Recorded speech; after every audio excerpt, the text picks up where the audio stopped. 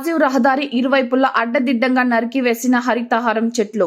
చిన్న కోడూరు మండల పరిధి రామునిపట్ల గ్రామంలోని రాజీవ్ రహదారి ఇరువైపులా అడ్డదిడ్డంగా నరికి పడేసిన హరితహారం చెట్లు నేలపాలవుతున్నా పట్టించుకోని అధికారులు.